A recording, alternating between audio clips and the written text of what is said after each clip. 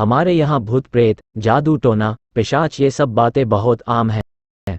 शायद शहरों में ये सब न सुना जाए या फिर इस बात पे कोई गौर नहीं करता, लेकिन कुछ गांव आज भी ऐसे हैं जहां भूतों का राज चलता है, प्रेतों को मनाया जाता है और बुलाया भी जाता है।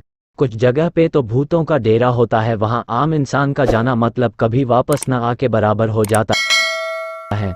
कुछ खंडहर और हवेली आज भी वीरान पड़े हुए हैं क्योंकि वहां भूतों का डेरा है, प्यासी आत्माओं का वास होता है वहां। ऐसी ही एक हवेली थी चंदनगढ़ में, खुनी हवेली के नाम से सब जानते थे। गांव में सबको पता था कि वहां भूतों का डेरा है, इसलिए वहां आसपास भी कोई नहीं जाता था। भेड़ बकरियां चराने वाले भी उसके पास नहीं भटकते थे, जानवर भी दुबक के भाग आते थे। इस हवेली में एक बहुत ही जालिम शिकारी रहता था। वो जानवरों का शिकार करते करते कभी इंसानों को भी मार देता और जानवरों ने शिकार की ऐसी खबर फैला देता। लोगों को जब ये बात पता चली तो सारे गांव वालों ने उसको मिलकर मौत के घाट उतार दिया। लेकिन बात यहाँ खत्म नहीं हुई। उस शिकारी की आत्मा ने सबको मौत के घाट उतारा और सबके कटे हुए सिर को बाहर रास्ते पे फेंक दिया, ताकि सब लोग समझ जाए कि शिकारी अब लौट आया है। इस बात को कई साल बीत गए। अब तो वहां न कोई हवेली थी न कोई शिकारी। इतने साल बीत जाने के बाद सब कुछ तहस नहस हो गया था। बस कुछ पत्थर और टूटी हुई दीवारें उस हवेली की मौजूदगी बता रही थी। लेकिन गांव वालों का मानना है कि जिसकी कुंडली में वो योग होता है वो हवेली उसको नजर आती है। ये बात कहाँ तक सही थी ये तो वो ही लोग जानते थे। हवेली अब तक न तो किसी को दिखी थी न वो डरावने शिकारी का खूनी भूत। अमावस की रात थी, बारिश भी बहुत जोरों की हो रही थी।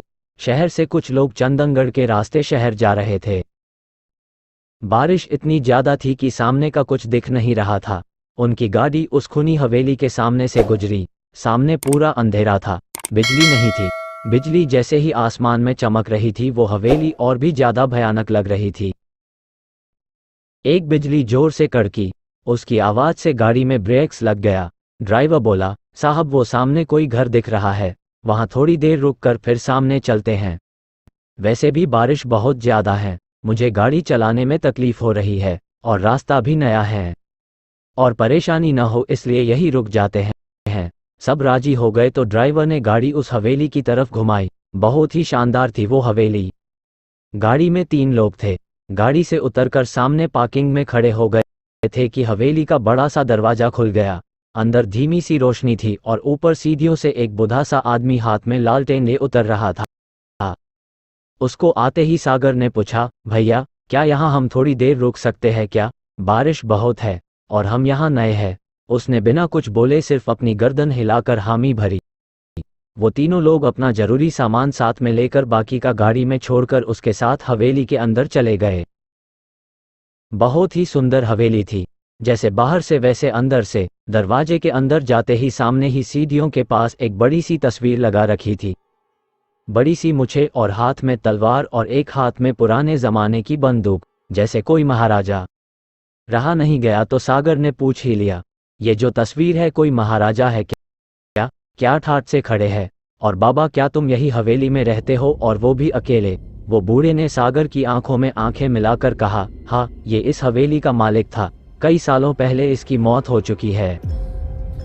मैं यहाँ देखभाल के लिए आता हूँ। आज बारिश की वजह से मैं भी जा नहीं पाया। सागर ने फिर से एक सवाल किया, वैसे मुझे ये बताओ, जब हम सब बाहर दरवाजे पर खड़े थे तो हमने देखा कि तुम सीढ़ियां उतर कर आ रहे थे, तो फिर ये दरवाजा किसने खोला?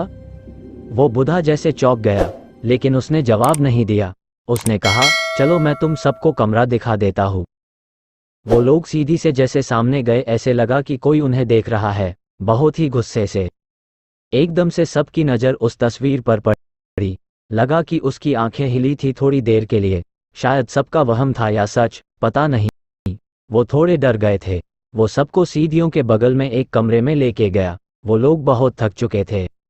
ड्राइवर गाड़ी में ही सोता बोल रहा था, सो उसको किसी ने नहीं बुलाया, उनको आदत होती है। लेकिन हम तो गाड़ी में बिल्कुल भी नहीं रुकने वाले थे। रमेश, सागर और शिरीष तीनों ने अपना सामान अंदर कमरे में रख दिया। वो इतने थक चुके थे कि लेटते ही आंख लग गई। जगह नई थी लेकिन बाहर बहुत ठंड थी और अंदर काफी गर्म था कमरा।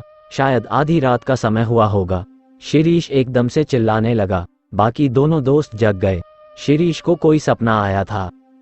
शिरीष बता रहा था कि उसने सपने में उस फोटो वाले आदमी को देखा और वो हम तीनों को मारने आया था। बाकी दोनों को ये मजाक लगा, इसलिए उन्होंने शिरीष को समझा के शांत किया। लेकिन फिर बाद में बिल्कुल वही सपना रमेश को भी आया और सागर को भी। उसके बाद सब डर गए। इतना तो समझ आ गया था कि एक ही सपना सबको नहीं आ सकता, कुछ तो गड़बड़ है। बाहर निकलने के लिए आवाज लगाई तो उस बूढ़े ने दरवाजा बाहर से बंद किया था। लग रहा था कि सबको जानबूझ के फंसाया गया। अब समझ नहीं आ रहा था कि आखिर क्या करे। डर के मारे सबको बड़ी जोरों की प्यास लग रही थी। साथ में पानी लाया था जो एक ही घूंट में खाली हो गया। खिड़की से बाहर आवाज लगाई लेकिन कोई जवाब नहीं आया। उनका ड्राइवर उनको सामने दिख रहा था लेकिन उसको उनकी आवाज जा नहीं रही थी। फिर शिरीष ने अपना मोबाइल उठाकर फोन करना चाहा तो नेटवर्क ही नहीं था। सब कुछ बहुत अजीब सा हो रहा था। अब उनके साथ आगे क्या होने वाला था ये कोई नहीं जानता था, लेकिन वो किसी बुरी जगह फंस चुके थे ये समझ आ गया था। पूरा एक दिन और रात बीत जाने के बाद उनके रूम का दरवाजा खुलता है।